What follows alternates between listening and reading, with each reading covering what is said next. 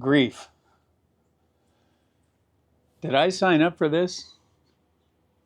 I don't remember signing up for it, but golly, maybe I did. I mean, when do we sign up for this?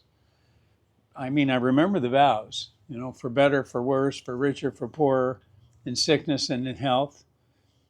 And probably like you, we were thinking better, richer, health. Weren't thinking much about the rest, though we did know it probably came along with the package. And there was this till death us do part thing. But that, as a matter of fact, was something that was put into our psyche, our culture, uh, in the Book of Common Prayer in the 1500s. It's not a biblical statement. So, and it just kind of means, I got your back no matter what. So, where did this grief thing come in? And when did I sign up for that? When you lose a spouse, as I'm dealing with right now, or a child, or a soulmate, somebody you've shared your just entire life with, or a pet that seems to mean more to you than life itself, you grieve. Why? You didn't sign up for it, or did you?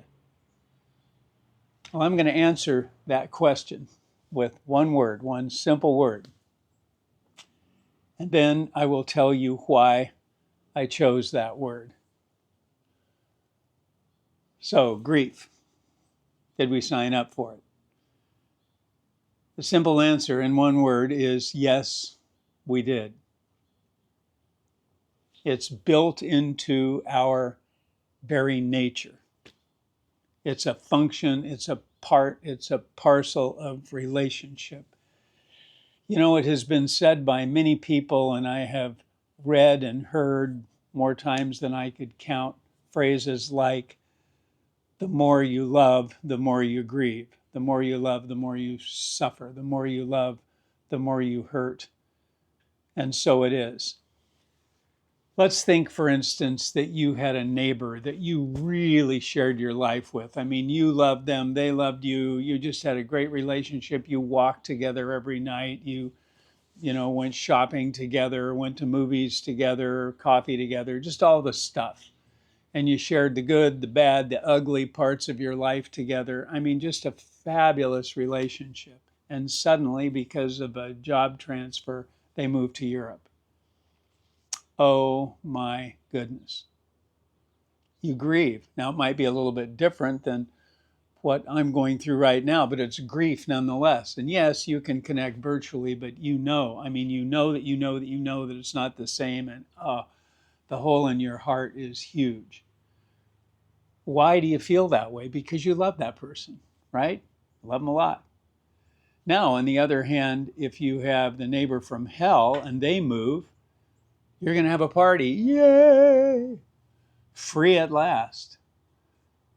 The more you love, the more you grieve, the more you suffer.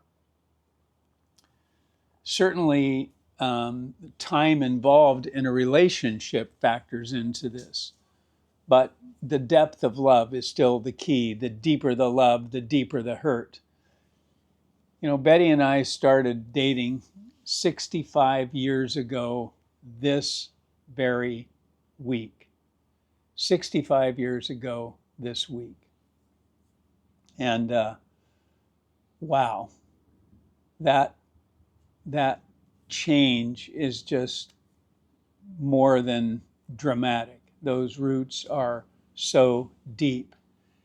And while I knew this day would happen sometime, it wasn't on my schedule. Now, to be sure that we all have some degree, perhaps, when someone has a significant health condition, we have some anticipatory grief.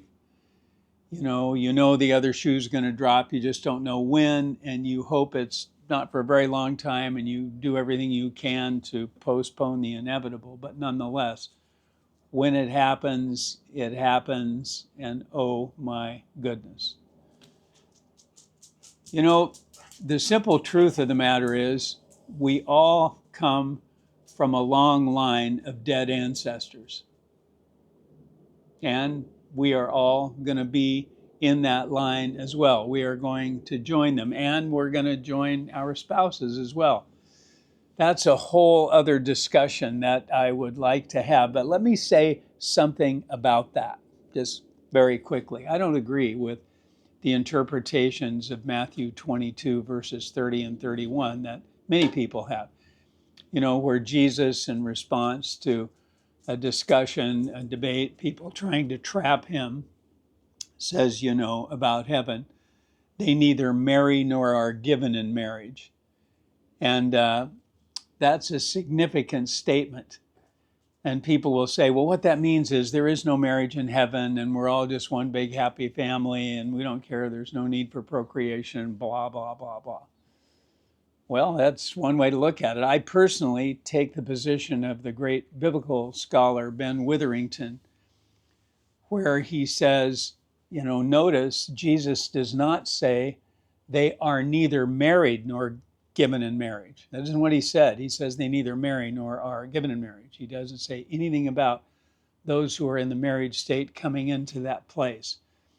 And interestingly enough about that, the word marry is masculine, the groom. The word given in marriage is feminine, the bride. So there won't be marriage ceremonies in heaven. Okay. And so I personally am looking forward to having my other half hooked on again. But in the meantime, we grieve the loss, that huge ripping in half. God says in the word that when we marry, the two become one flesh, and that is absolutely true. So it's not like you're missing a fingernail or even a couple of fingers. It's like having half your body ripped off, only in all kinds of different places. The loss is unbelievable. And when that happens, we grieve. We are sorrowful. We mourn. Those words actually are helpful to understand. They're slight variations and they're all connected. Grieving and sorrow have to do with the internal things that we go through. Grief is that intense emotion that we have due to the loss that we have experienced. And sorrow is talking about that grieving. So that's the crying that we do. That's that overwhelming sense of aloneness that we have. Many times it's withdrawal from people. Some folks become very fearful, question all kinds of things about their life and all the rest. I'm talking about now emotional on a feeling level. That's really where the work of grief is taking place.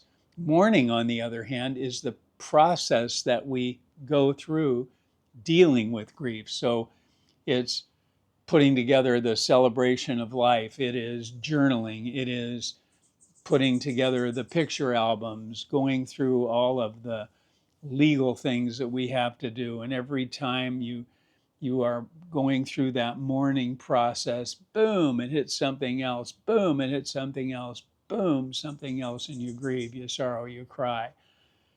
You feel all that stuff all over again.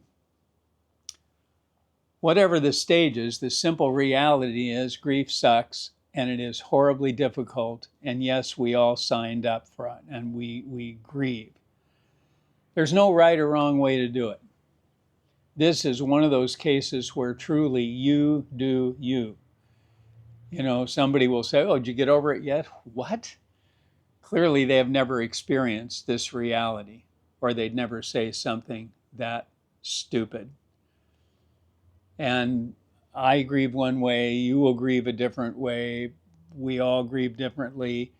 One of my biggest problems in losing Betty is I'm an external processor. I talk all kinds of things through, and Betty was the one I talked everything through with, and she talked stuff through with me. And so, there's real grief over the loss of the ability to be able to do that. There's no way to know exactly how that's going to work for you. Here Night before last, got 8 hours of sleep, slept right through, got up in the morning, went in, got my breakfast ready as always, sat down, had my breakfast in front of me, thanked the Lord for the food, and immediately started crying. Why? Because my person wasn't across the table. Just that simple. So you grieve.